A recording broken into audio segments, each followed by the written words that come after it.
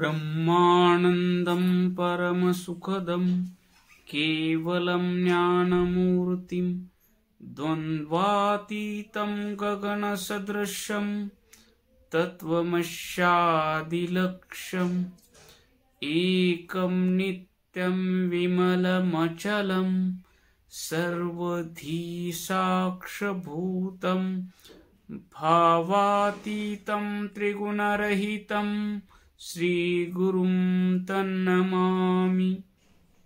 अज्ञानतिमिरान्धस्य ज्ञानाञ्जनशलाकया चक्षुरुन्मीलितं येन तस्मै श्रीगुरवे नमः।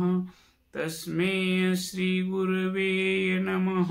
तस्मै श्रीगुरवे नमः। आपण संत श्रेष्ठ लक्ष्मण महाराज यांच्या अभंगवाणीवर चिंतन करत आहोत। चिंतनासाठी घेतलेला आजचा अभंग आहे, ब्रह्मी नाही मतवाद ब्रह्म सर्वदा अभेद, भेदभाव हा मायेचा झाला गलबला वाचेचा, अनिर्वाच्य वस्तू आहे भेद मते वश नोहे, मी तू पण जेव्हा मागे सरे तेव्हा ब्रह्म दिसे खरे, लक्ष्मण म्हणे समबुद्धी होता साधे ही उपाधी, भेदभाव हा मायेचा झाला गलबला वाचेचा। या अभंगातून संत श्रेष्ठ लक्ष्मण महाराज ब्रह्म म्हणजे काय यावर 5 चरणात सविस्तर महाराज सांगतात। ज्याला आपण ब्रह्म म्हणतो, ज्याला राम म्हणतो, ज्याला कृष्ण म्हणतो,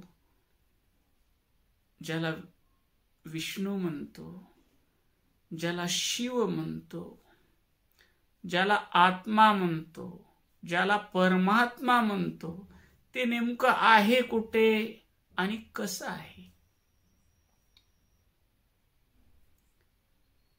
जग सगळं ईश्वराच्या शोधात आहे।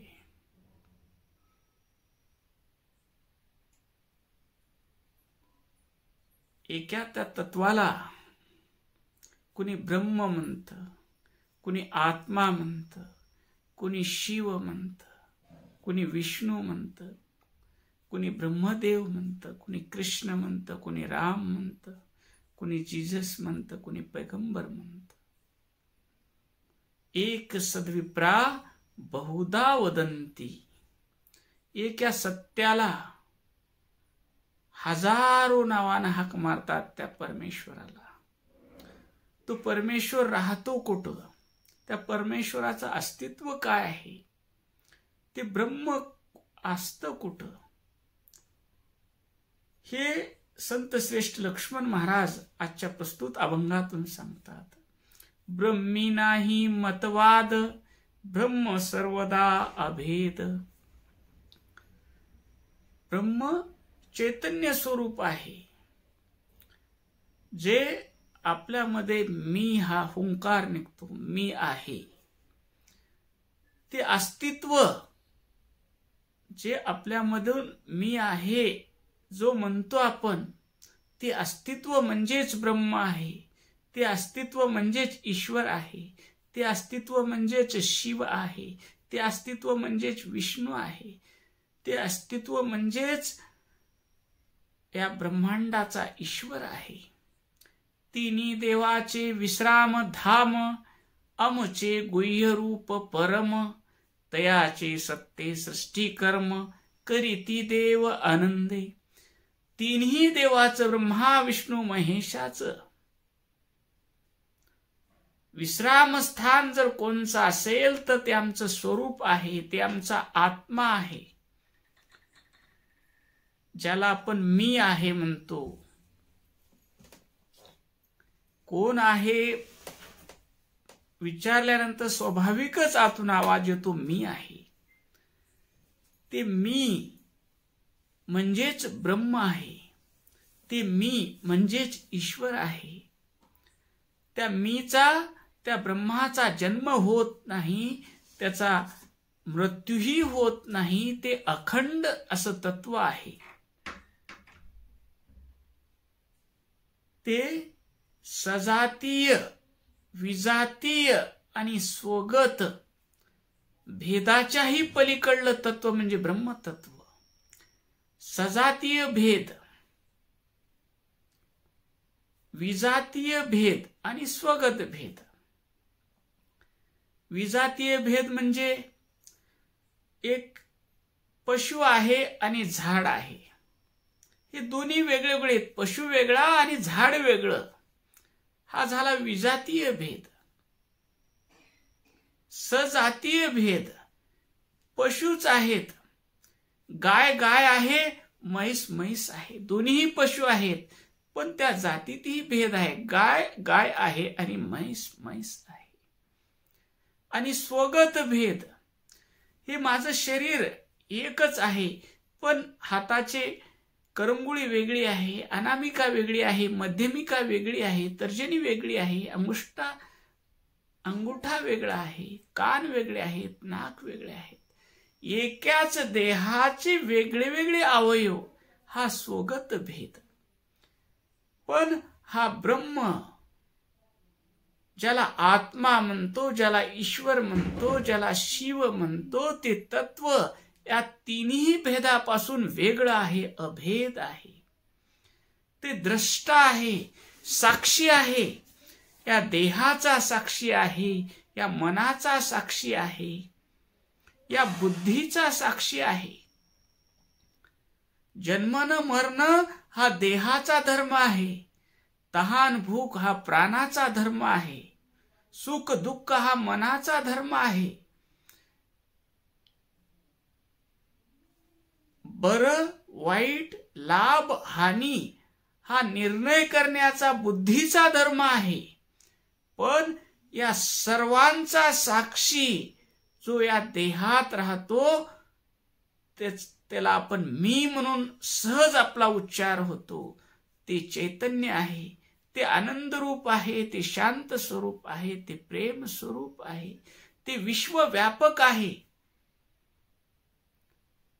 जसं एखादा तांब्या आहे, गंगेला गेला एखादी व्यक्ती आणि तांब्यामध्ये पाणी घेतलं आणि गंगेचं पाणी आपल्या गावाकडे न्यावं म्हणून त्या तांब्याला प्लॅस्टिकचं मेनकापड लावून गच्च बांधलं आणि आपले कपडे स्नान करून कपडे घालू लागला. तेवढ्या छोटे बालकं आले आणि ती पाणी तोंड बांधलेला तांब्या घेऊन गंगेत बुडवू लागले, गंगेत घेऊन खेळू लागले.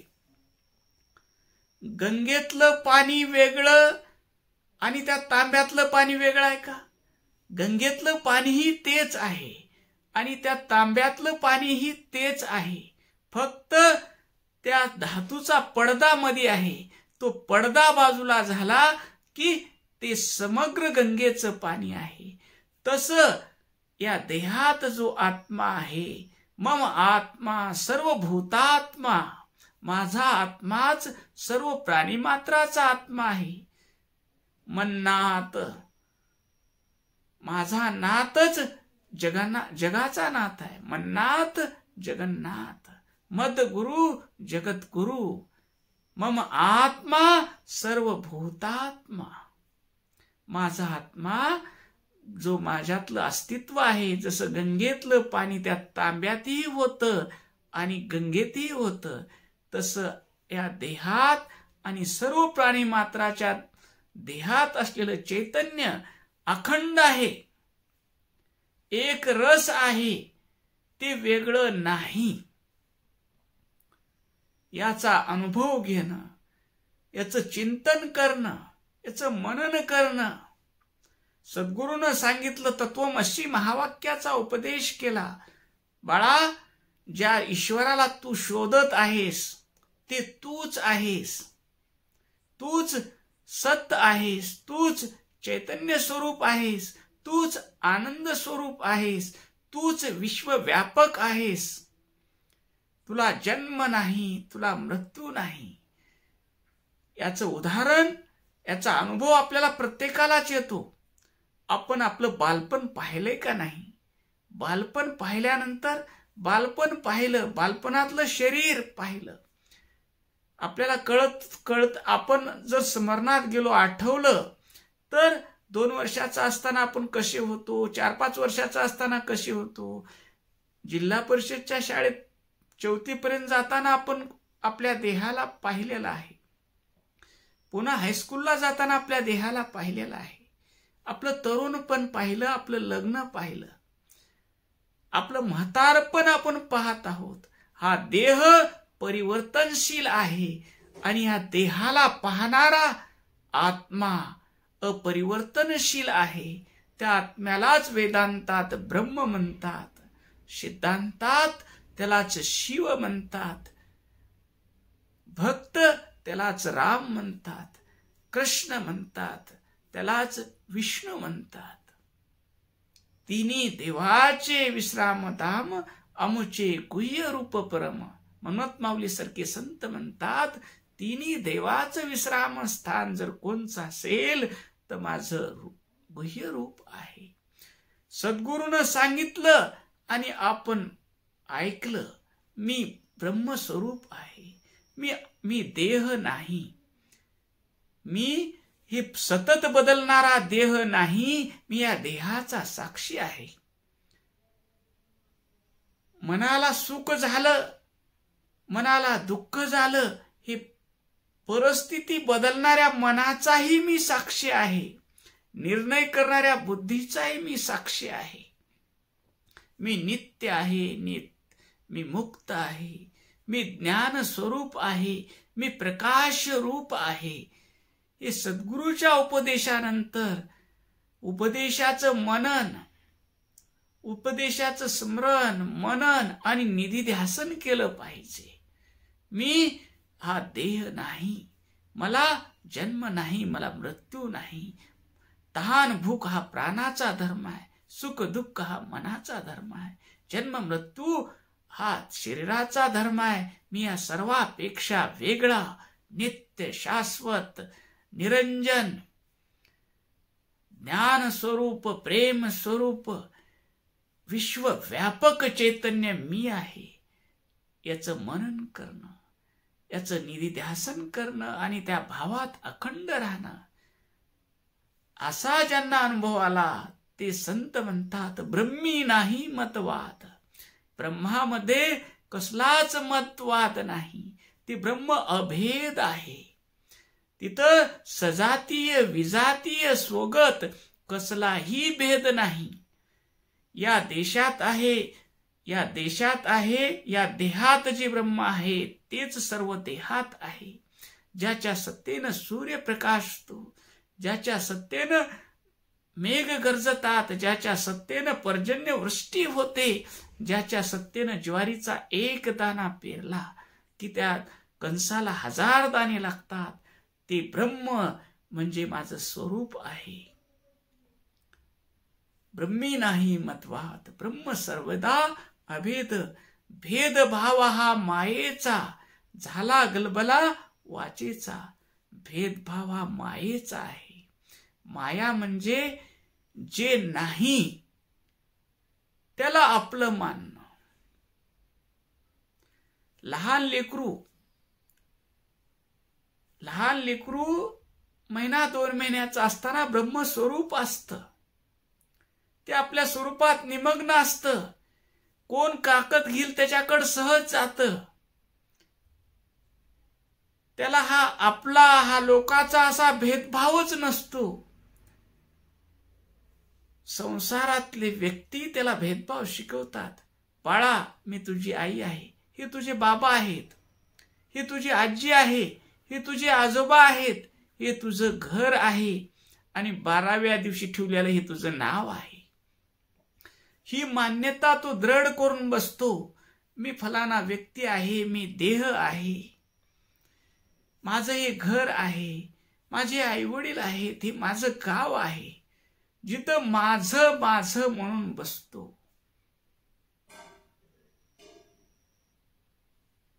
मला दुःख झालं म्हणतो. कुणाला मनाला दुःख झालं, मनाला सुख झालं, सुख झाल्यालाही पाहिलं ह्यानं, दुःख झाल्यालाही पाहिलं, मग ह्या मनापासून हा वेगळा आहे याचं याला भान राहत नाही. माया म्हणजे आपण काय कालच पाहिलं, मागच्या अभंगामध्ये पाहिलं, जे नाही, जे अपरिवर्तनशील आहे, जे जे दिसतं त्याचा नाश होणार आहे, ज्याचा जन्म झाला आहे त्याचा मृत्यू होणार आहे, जे जे दिसे ते ते नाशे, त्याचं नाव माया आहे. आपण सूर्य उगवलेला पाहतो, सूर्य मावळलेला पाहतो. वास्तविक पाहिलं तर सूर्य उगवतो का मावळतो? सूर्याभोवती पृथ्वी फिरते आणि आपल्याला दिसतं सूर्य उगवलेला दिसतो आणि मावळलेला दिसतो. ह्याचं नाव माया आहे.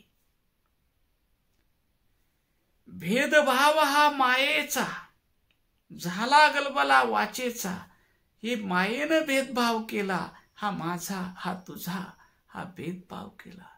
सद्गुरूनं शिष्याला सांगितलं, तत्वमसी, तू ब्रह्मस्वरूप आहेस, बस विश्वास ठेवला आणि जन मनन निध्यासन केलं, तो त्याला हृदयात असलेल्या परमात्म्याला कुठं शोधायचं नाही, त्याला प्राप्त करून घ्यायचं नाही. नित्य प्राप्त असलेलं तत्व म्हणजे आत्मतत्व आहे, शिवतत्व आहे, विष्णू तत्व आहे. तोच राम आहे, तोच कृष्ण आहे, जो आपल्या हृदयात विराजमान असलेलं आत्मतत्व आहे, जो या ब्रह्मांडात व्यापक असलेलं तत्व आहे, तोच आत्मा आहे. भेदभाव हा मायेचा, झाला गलबला वाचेचा. पत्नी डिलिव्हरीला गेलेली आहे आणि फोन आला की तुम्ही वडील झालात, तुम्हाला मुलगा झालेला आहे. फोन आला, फोन आल्याला हा आनंदाने नाचू लागतो, पेढे वाटू लागतो. त्या मुलाला यानं पाहिलं नाही, मुलगा काळा गोरा कसा यानं पाहिलं नाही, फक्त फोन आला, विश्वास ठेवला, तुम्ही वडील झालो, मी वडील झालो म्हणून आनंदाने नाचतो, पेढे वाटतो. तसं सद्गुरूनं सांगितलं, तू हा देह नाहीस, तू ब्रह्मस्वरूप आहेस. एवढ्या शब्दावर जर विश्वास ठेवला तर तो माणूस नित्य मुक्त आहे, त्याला कसलंही बंधन नाही.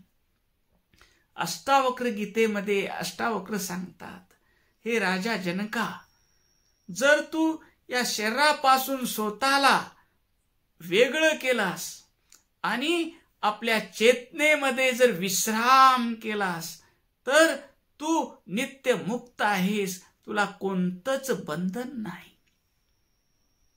हा देह मी नव्हे, मी या देहाचा साक्षी, या मनाचा साक्षी, मी या विश्वाचा साक्षी, मी आनंद स्वरूप, मी ज्ञान स्वरूप. असं चिंतन करणारा, सद्गुरूच्या वचनावर विश्वास ठेवून त्याचं मनन निध्यासन करणारा साधक हा नित्य मुक्त असतो. त्याला हृदयातल्या ब्रह्मतत्वाची प्राप्ती झालेली असते. अनिर्वाच्य वस्तू आहे, भेद मते वश नव्हे. देव असा आहे, आत्मा असा आहे म्हणून सांगितलं तर आत्मा वेगळा आणि मी वेगळा. अनिर्वाच्य, त्याला वाचेनं सांगता येत नाही. मी आहे, मी चैतन्य स्वरूप आहे, बस. ही अनुभवाची वस्तू आहे. आत्मदर्शन, आत्मदर्शन हे म्हणणं सुद्धा चुकीचं आहे. दर्शन करणारा आत्मा ही वस्तू झाली आणि त्याचं दर्शन करणारा वेगळा झाला. आत्म अनुभूती, आत्म अनुभूती, अनुभव अमृत, अमृतानुभव, अमृताचा अनुभव घेतला जाऊ शकतो. मी आहे याचा अनुभव घेतला जाऊ शकतो, पण मी असा आहे हे सांगता येणार नाही. साखर कशी आहे, गोड आहे, कशी गोड आहे म्हणल्यावर सांगता येईल का? रे खाऊन बघ, अनुभव आल्यावर कळल, अनुभव आल्यावर कळल. वस्तू अनिर्वाच्य आहे, ती वाचेनं सांगता येणार नाही. आणि भेदानं ती कळणार नाही. भेद म्हणजे काय? मी तू जेव्हा मागे सरे तेव्हा ब्रह्म दिसे खरे. माया म्हणजे काय? मी हा देह आहे आणि ह्या देहासंबंधित माझे आहेत. हे माझं, हे तुझं. हे देहभावात राहणं म्हणजे माया आहे. हे मी तू पण जेव्हा मागे सरलं, या घागरीतलं पाणी आणि गंगेतलं पाणी हे एकच आहे. या देहातलं चैतन्य आणि या प्राणी मात्रातलं चैतन्य, ज्ञानदेवानं आपल्यातलं चैतन्य आणि त्या रेड्यातलं चैतन्य एकच आहे याची अनुभूती घेतली आणि रेड्यामुखी वेद वदविला म्हणून सांगितलं जातं. ज्ञानदेवाच्या चरित्रामध्ये आपण ऐकतो, मी तू पण मागे सरे, मी तू पण मागे सारलं पाहिजे. मी शुद्ध बुद्ध नित्य शाश्वत आनंद स्वरूप ज्ञान स्वरूप सर्व प्राणी मात्राच्या हृदयात विराजमान असलेला नित्य मुक्त आत्मा आहे. तो माझा आत्माच शिव आहे, माझा आत्माच राम आहे, माझा आत्माच कृष्ण आहे, माझा आत्माच परमात्मा आहे. या भावामध्ये नित्य राहणं, असं नित्य राहिल्यानंतर तिथं देहभाव निघून जातो, मी तो पण निघून जातो आणि सर्व भेदाच्या पलीकड आनंदाच्या राज्यामध्ये, आनंदाच्या तत्वामध्ये हा जीव शिव स्वरूपात विलीन होऊन नित्य मुक्त अवस्थेत विराजमान होतो. लक्ष्मण म्हणे समबुद्धी होता साधे उपाधी. मग ही अवस्था कधी येते? समबुद्धी आल्यानंतर. माझ्या हृदयातला आत्मा आणि समोरच्या व्यक्तीच्या हृदयातला आत्मा एकच आहे. मला जर कोणी शिवी दिली तर मला जसं दुःख होतं, मी दुसऱ्याला शिवी दिल्यानं दुःख होईल. माझी कोणी चोरी केल्यावर मला जसं दुःख होतं तसं मी कुणाची तरी चोरी केल्यावर मला दुःख होईल. माझे कुणी पैसे बुडवल्यावर मला जर दुःख होत असेल, मी कुणाची तरी पैसे बुडवल्यावर त्यालाही दुःख होत असेल. मी कुण्या परस्त्रीकडे वाईट नजरेनं पाहिलो तर त्याला दुःख होईल. माझ्या पत्नीकडे जर कोणी वाईट नजरेनं पाहिलं तर मला जसं दुःख वाटतं तसं मीही कुणाच्या पत्नीकडे वाईट नजरेनं पाहायला नको आहे. कारण त्याच्यामधलं चैतन्य आणि माझ्यामधलं चैतन्य एक आहे. हा देहाचा पसारा जरी वेगळा असला तर चैतन्य स्वरूपानं मी एक आहे. ही समत्व बुद्धी. लक्ष्मण म्हणे समबुद्धी होता साधेही उपाधी. हा समत्व बुद्धी, समत्व योग, समत्वम योग उच्यते. हा योग प्राप्त झाल्यानंतर ही देहबुद्धी निघून जाते आणि त्या अखंड चैतन्याचा अनुभव येतो. ओम शांती शांती शांती.